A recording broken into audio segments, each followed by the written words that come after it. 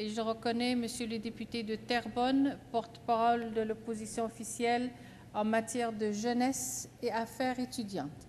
Monsieur le député. Merci, Madame la Présidente. Écoutez, on ne peut pas souligner l'absence de gens dans cette salle, mais je ne passerai pas inaperçu de souligner par contre certaines choses que le député de Rivière-du-Loup a dit lors de son intervention. Tout d'abord, lorsqu'il dit, je mets au défi quelqu'un en cette salle, de pouvoir me mentionner des compromis faits par les étudiants au cours des dernières semaines dans ce conflit. Eh bien, je lui demanderais au député de Rivière-du-Loup si la gestion des universités s'est arrivée de la science infuse du Parti libéral, puis c'est diminuer les frais afférents puis les ententes de principe qui ont passé à quelques cheveux de réussir, selon la ministre de l'Éducation. Ça aussi, c'était des discussions qui n'ont jamais eu lieu et finalement des décisions qui n'ont pas favorisé des compromis de part et autre. Le député de Rivière-du-Loup nous dit également que sa priorité, c'est préserver la paix sociale. C'est très noble, Madame la Présidente. Par contre, il me semble, d'une logique tout à fait normale, que la négociation est toujours le meilleur outil pour pouvoir y parvenir. La discussion, le dialogue, la communication sont les façons de pouvoir y parvenir, beaucoup plus que de lâcher une bombe de loi spéciale libérale en cette soirée de ce jeudi, à près de 3 heures du matin. J'en ai oublié la journée. Je crois qu'on est rendu le 18, Madame la Présidente, aujourd'hui, 18 mai. Et nous sommes rendus à non plus 95, mais 96 jours de grève. Et ce qui m'amène à vous parler donc de l'adoption de principes qui nous est proposée aujourd'hui par le gouvernement en place. Et il me semblerait important de remettre en perspective certains faits qui ont amené à la présentation de ce projet de loi spécial ce soir et qui fait en sorte que nous en sommes ici à discuter, encore une fois, de cette crise qui concerne la hausse drastique des frais de scolarité. Donc, vous dire, Madame la Présidente, qu'après une augmentation de 100 $ par année pendant 5 ans, de 2007 à 2012, le gouvernement libéral a eu une idée de génie. Il s'est dit, 100 $, c'est pas assez. Par année, on va l'augmenter davantage, de façon drastique, de 325 $ par année, pendant 5 ans de plus, pour pouvoir essayer de bonifier l'aide financière à nos universités. À la suite de cette déclaration en 2011 dans le budget Bachand, il y a eu de vives contestations dans le mouvement étudiant et dans la société en général. Député, autrement que par son titre. Poursuivez, s'il vous plaît. Dans le budget du ministre des Finances, Madame la Présidente, il y a eu donc par la suite plusieurs contestations et plusieurs tollés venant de toute génération et de tout niveau de la société. Il y a eu des rassemblements historiques.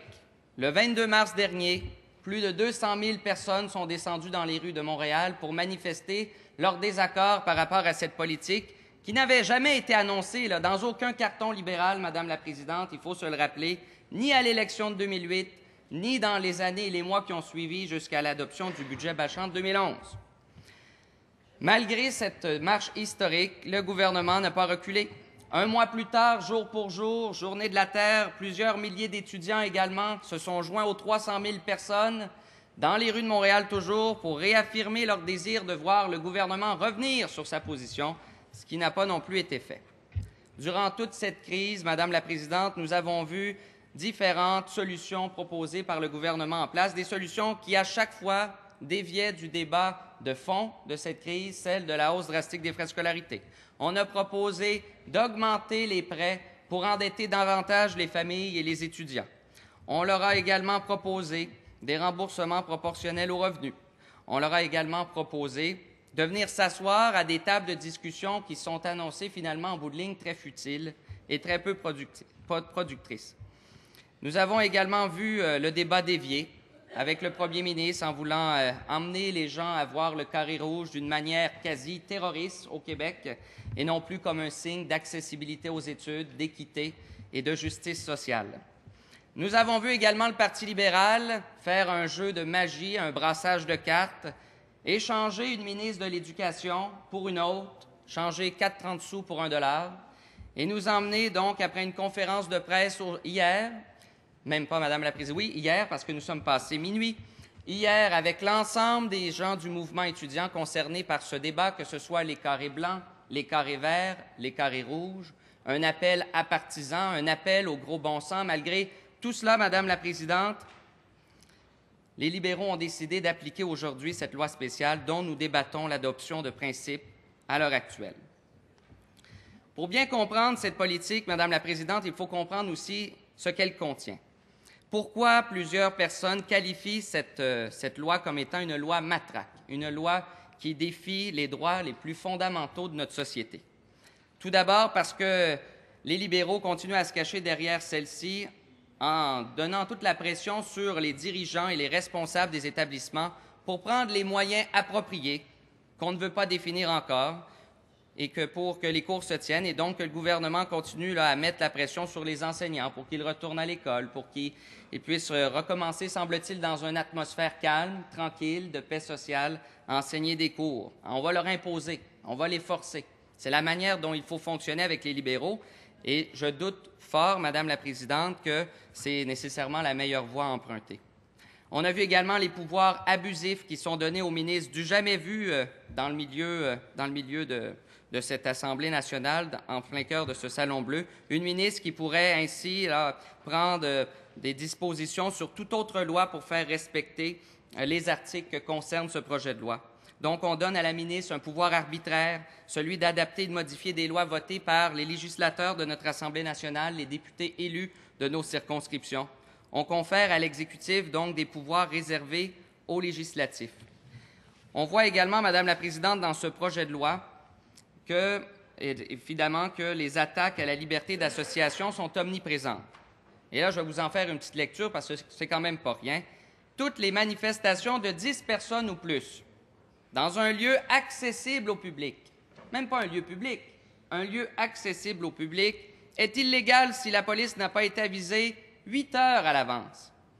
Qu'est-ce que c'est un lieu accessible au public, Madame la Présidente? Est-ce qu'interdire, donc, ça interdit à 10 personnes d'être sur un trottoir ou dans un parc? Est-ce que ça interdit aux partisans d'une équipe de célébrer spontanément une victoire dans les rues devant un bar sportif à la fin d'une compétition? Est-ce que les manifestations qui ont lieu chaque soir à Québec et toujours pacifiquement, par exemple, ne pourront plus avoir lieu parce que le trajet n'a pas été remis 8 heures d'avance aux policiers et serait donc rendu illégal? Madame la Présidente, c'est des questions qu'il faut se poser. Nous voyons également le renversement du fardeau de la preuve. Un peu plus loin dans le projet de loi, on constate qu'à partir de la loi spéciale, dorénavant, si une personne se voit empêchée d'assister à un cours, par exemple, ce n'est plus à elle de démontrer qu'elle a été victime d'un empêchement pour se rendre à un cours, mais à l'association étudiante d'en faire la démonstration de son innocence. Donc, autrement dit, l'association étudiante va devoir maintenant démontrer qu'elle n'a pas empêché personne d'accéder au cours et va donc devoir constamment se justifier. On présume que l'association est coupable jusqu'à preuve du contraire. Donc, c'est un renversement majeur des principes de loi les plus fondamentaux, de justice, pardon. On voit également aussi l'attaque à la liberté d'expression lorsqu'on dit, et je cite, que quiconque, par un acte ou une omission, aide ou par un encouragement, emmène une autre personne à commettre une infraction visée par la présente loi, commet lui-même cette infraction. Est-ce qu'autoriser son enfant à aller manifester rend un parent coupable si les responsables de la manifestation n'ont pas donné un avis de 8 heures? Est-ce que porter le carré rouge, symbole de l'opposition à la hausse drastique et inéquitable décrétée par le gouvernement, c'est encourager également les manifestants, Madame la Présidente, et donc puissent se ramasser victimes d'une loi où on serait en infraction? C'est des questions qu'il faut se poser. C'est quelque chose qui a touché notre quotidien pendant chaque dernière semaine. Les réactions n'ont pas tardé, Madame la Présidente, et ont été vives. Le journal Le Devoir cite la loi spéciale comme une déclaration de guerre par rapport aux étudiants. Une loi inspirante, créative, originale probablement, parce qu'elle a su même emmener à la composition d'une chanson d'Ariane Moffat que je ne vous chanterai pas ce soir, Madame la Présidente, mais que j'invite tous mes collègues libéraux à aller écouter pour bien comprendre un autre aspect ou un autre angle de leur dépôt de loi spéciale. Évidemment, je ne parlerai pas non plus de toutes les amendes salées qui sont en lien avec ce projet de loi. Nous aurons l'occasion d'en parler un petit peu plus tard. Si j'ai quelque chose à retenir, Madame la Présidente, de toute cette crise jusqu'à l'heure actuelle, c'est de cette jeunesse québécoise qui s'éveille jour après jour au Québec. De cette génération qu'on disait une génération pour certains d'enfants gâtés, d'enfants rois, de gens qui ne s'intéressaient nullement à la politique, nullement aux débats sociaux. de ces gens qu'on croyait parfois paresseux, dépendamment des intervenants qui nous lançaient des commentaires, eh bien, je crois, Madame la Présidente, qu'ils en ont été largement surpris. Après une grève historique, ils sont toujours là, droits, debout comme un chêne, à défendre leurs convictions, à défendre leurs principes, à défendre leurs valeurs. Ils en ont confondu plus d'un, c'est le cas de le dire. Ils veulent, Madame la Présidente, ces étudiants, ils veulent être diplômés. Ils veulent étudier. Mais ils veulent surtout que leur génération et que les générations qui les suivront aient droit à l'accessibilité aux études et à une éducation de qualité, comme nous l'avons eu, nous, précédemment. Il y a également, Madame la Présidente, des leaders qui ont joué des rôles clés à l'intérieur de cette mouvance sociale avec toute leur équipe, et je salue d'ailleurs ces hommes et ces femmes qui ont marqué le Québec d'aujourd'hui et qui, j'en suis sûr, marqueront le Québec de demain, Madame la Présidente. Les étudiants dans les rues ce soir savent très bien qu'ils ne sont pas seuls. Je ne peux pas passer non plus à côté du fait qu'il faut dénoncer la façon dont cette crise a été gérée jusqu'à présent et qui nous amène aujourd'hui à l'adoption de principe d'une loi spéciale, d'une loi matraque, il faut le rappeler. Le gouvernement libéral a tout fait, Madame la Présidente, pour laisser dégénérer cette crise. Et je salue encore le courage des étudiants qui, malgré le fait que le gouvernement n'a jamais fait aucun compromis depuis le début, aucun compromis sérieux sur la hausse des frais de scolarité depuis le début de ce conflit, malgré le non-dialogue constant, Madame la Présidente, qui plane dans cette crise depuis le début. On l'a vu, là, le dialogue de l'ancienne ministre de l'Éducation, Mme Beauchamp, qui disait « Je suis à l'écoute des étudiants » et lorsqu'elle les a finalement convoqués pour les rencontrer, elle a passé environ 1 heure avec eux pour discuter sur 40, Madame la Présidente, parce que, évidemment, ça ne devait pas être un enjeu si important pour la ministre. C'est ça le dialogue de l'ancienne ministre de l'Éducation. Le premier ministre du Québec, Madame la Présidente, on ne peut pas dire grand-chose. Il n'a jamais voulu leur parler aux étudiants. Jamais. Même quand on était dans une salle avec eux, il trouvait des façons pour détourner sa trajectoire et ne pas les saluer, ne pas leur adresser la parole.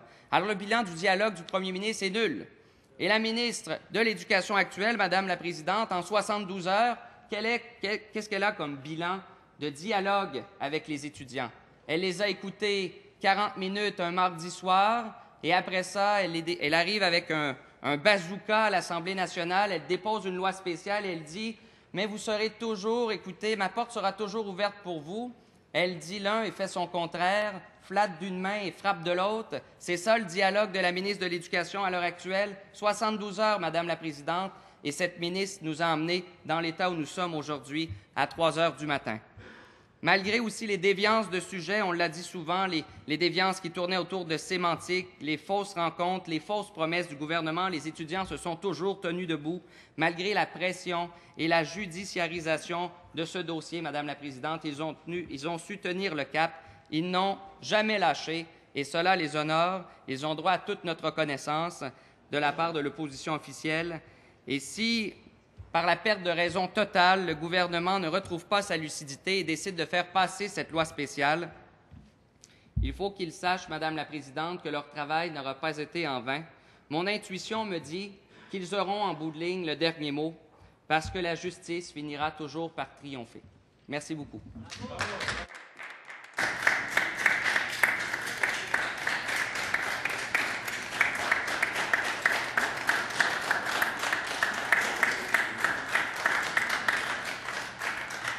Alors, je vous remercie, Monsieur le député de Terrebonne.